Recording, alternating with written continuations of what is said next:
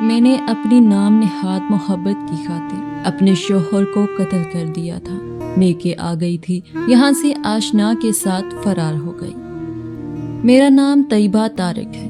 میرا تعلق اندرون سندھ سے ہے۔ میرے والد صاحب ایک وڈیرے کے مزارے تھے۔ میرے 2 بھائی ہیں اور میں اکلوتی بہن ہوں۔ ہم سارا خاندان مل کر محنت کرتے تھے، تب جا کر گھر میں 3 وقت کی روٹی اور زمین کا ٹھیکہ ادا کر پاتے تھے۔ میں اور میری ماں وڈیرے کی کوٹھی پر بھی کام کرنے کے لیے جاتے رہتے تھے۔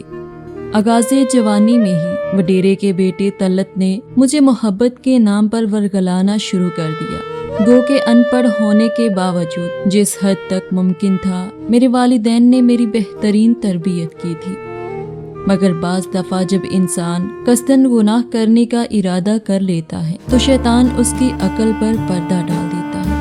میرے ساتھ بھی کچھ ایسا ہی ہوا کہ جب وڈیرے کے بیٹے نے مجھے ورگلانا شروع کیا تو پہلے پہل میں اس کے بہکاوے میں نہ آئی، ہر ممکن اس سے کتراتی رہی، مگر میرے نفس میں بھی چور تھا، مجھے بھی گناہ لذت سے آشنا ہونا تھا، لہٰذا آہستہ آہستہ بات منہ زبانی سے ہوتی ہوئی ایک دوسرے کو چھونے تک جا پہنچی۔ اسی دوران وڈیرے کے گھر میں کام کرنے والی دوسری عورت نے مجھے وڈیرے کے بیٹے طلعت کے ساتھ دیکھ لیا۔ یوں بات حویلی سے باہر نکلتے ہی آہستہ آہستہ پورے گاؤں میں پھیل گئی اور سب سے آخر میں میرے گھر بھی پہنچ گئی۔ میرے والدین نے مجھ سے اس بات کے متعلق حقیقت جاننا چاہی تو میں صاف مکر گئی۔ مجھے حویلی کی اس نوکرانی کے روبرو لایا گیا جس نے مجھے اپنی آنکھوں سے دیکھا تھا۔ ملازمہ کو میرے روبرو آنے سے پہلے ہی وڈیرے کے بیٹے نے اسے ڈرا دھمکا کر بیان بدلوا دیا تھا۔ یوں میرے گناہ پر پردہ ڈل گیا، مگر اتنی بڑی اور واضح نصیحت کے باوجود بھی میں نے کوئی عبرت نہ پکڑی اور میرے سچا ثابت ہو جانے پر میرے گھر والے بھی مجھ سے نظریں چرا کر پھرنے لگے۔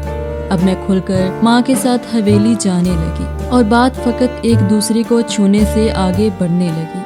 اسی دوران ایک بار میں اور وڈیرے کا بیٹا بوسو کنار ہو رہے تھے کہ اچانک میری ماں کمرے میں آ دھم گئی، البتہ میری کو چھونے سے آگے بڑھنے لگی۔ اسی دوران ایک بار میں اور وڈیرے کا بیٹا بوسو کنار ہو رہے تھے کہ اچانک میری ماں کمرے میں آ دھم گئی، البتہ میری ماں نے سمجھدار ماں کا کردار ادا کرتے ہوئے بنا چیخے چلائے یا شور مچائے مجھے بازو سے پکڑا، اپنے ساتھ کام پر لگایا۔ جب سے میری ماں نے مجھے وڈیرے کے بیٹے کے ساتھ اس حالت میں دیکھا تھا، میری ماں کے آنسو نہیں رک رہے تھے۔ میری ماں نے بہتے آنسوؤں کے ساتھ حویلی میں کام ختم کیا اور مجھے لے کر گھر آ گئی۔ میری زندگی میں وہ پہلا دن تھا جب میری ماں نے مجھے اتنا مارا جتنا وہ مار سکتی تھی۔ البتہ میری ماں نے ماں ہونے کا حق ادا کرتے ہوئے یہ بات میرے بھائیوں سے چھپا لی، مگر چونکہ مجھ پر حویلی میں کام کرنے کے لیے جانے کی پابندی لگ چکی تھی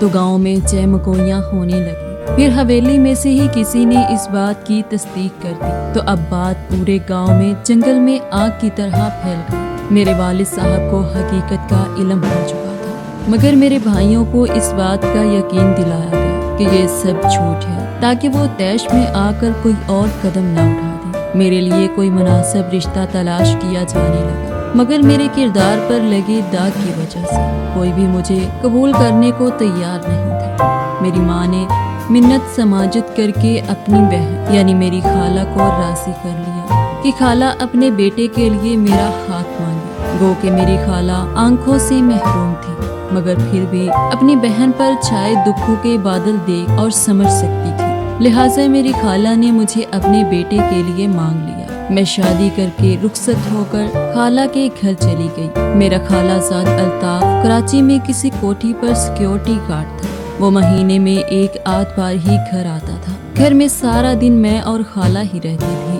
شادی کے 1.5 سال بعد میں نے ایک بیٹی کو جنم دیا اور بیٹی کو جنم دینے کے بعد میں دوبارہ کبھی ماں نہ بن سکی۔ الطاف کی اور میری شادی کو 7 سال گزر چکے تھے۔ میری بیٹی تقریباً 5.5 سال کی تھی۔ میری ساس کی مکمل بینائی جا چکی تھی۔ میرا شوہر کراچی میں ہی جاب کرتا تھا۔ اسی دوران میرا اور اس وڈیرے کے بیٹے کا رابطہ بحال ہو گیا۔ اس نے مجھ سے شادی کی خواہش کا اظہار کیا اور مجھے اپنی محبت کا یقین دلایا۔ اس نے مجھے بچی سمیت قبول کرنے کی حامی بھی بھر لی۔ اب الطاف سے جان چھڑانے کا مسئلہ تھا۔ آخرکار الطاف کو موت کی نیند سلا کر اسے جان چھڑانے کا فیصلہ کر لیا گیا اور منصوبے کے مطابق الطاف کو کھانے میں زہر ڈال کر کھانا کھلا دیا گیا۔ الطاف ساری رات تڑپ تڑپ کر صبح صادق کے قریب دنیا سے گزر گیا۔ میں نے الطاف کی لاش کو سیدھا کیا۔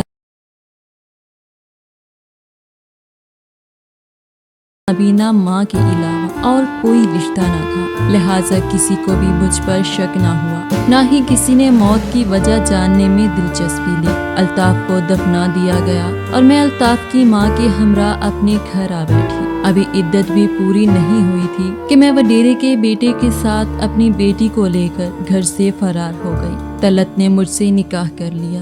سب کچھ بالکل ٹھیک چلتا رہا، یہاں تک کہ مجھے اپنی غلطی گناہ کا بھی کبھی احساس نہ ہوا۔ پھر ایک دن میری بیٹی جو اب 14 سال کی ہو چکی تھی، اس نے بتایا، امی ابو میرے ساتھ نازیبہ حرکات کرتے ہیں۔ بیٹی کی بات سن کر میں نے اپنے شوہر سے بات کی تو وہ صاف مکر گیا، بلکہ الٹا کپڑے دھونے والے ڈنڈے سے میری بیٹی کو پیٹ ڈالا۔ اس دن کے بعد بیٹی وقتاً فوقتاً مجھے شکایت کرتی۔ میں نے لاکھ اپنے شوہر پر نظر رکھی مگر اسے کبھی رنگے ہاتھوں نہ پکڑ سکی۔ ایک دن میرے شوہر نے انتہائی طیش میں میری بیٹی کو مارنا شروع کر دیا۔ میرے پوچھنے پر بتایا کہ اس کا کسی لڑکے کے ساتھ ناجائز تعلق ہے۔ میں نے بھی اپنے شوہر کے ساتھ مل کر بیٹی کو پیٹنا شروع کر دیا۔ میرے شوہر نے کہا کہ یہ اپنا گناہ چھپانے کے لیے مجھ پر الزام لگاتی تھی، جبکہ میری بیٹی قسمیں کھاتی رہی کہ ماں ابو نے مجھ پر اپنی ہوس مٹانی چاہی۔ میں نے انکار کر دیا تو اس بات کی سزا دے رہے ہیں۔ میں نے بیٹی کی بات کا قطعی یقین نہ کیا کیونکہ میرا ماضی میرے سامنے تھا۔ دوسرا، میری آنکھوں پر میرے شوہر کی محبت کی پٹی بندھی تھی، لہٰذا میں نے بنا ترس کیے بیٹی کو اتنا پیٹا کہ وہ بے ہوش ہو گئی۔ اس دن کے بعد میری بیٹی نے کبھی مجھے اپنے سوتیلے باپ کے متعلق شکایت نہیں کی۔ پھر اس واقعے کے 7 ماہ بعد اچانک میری بیٹی نے خودکشی کر لی۔ ہم نے چپ چاپ دفنانا چاہا مگر پولیس نے لاش تحویل میں لے کر پوسٹ مارٹم کروایا تو پتہ چلا کہ میری بیٹی امید سے تھی۔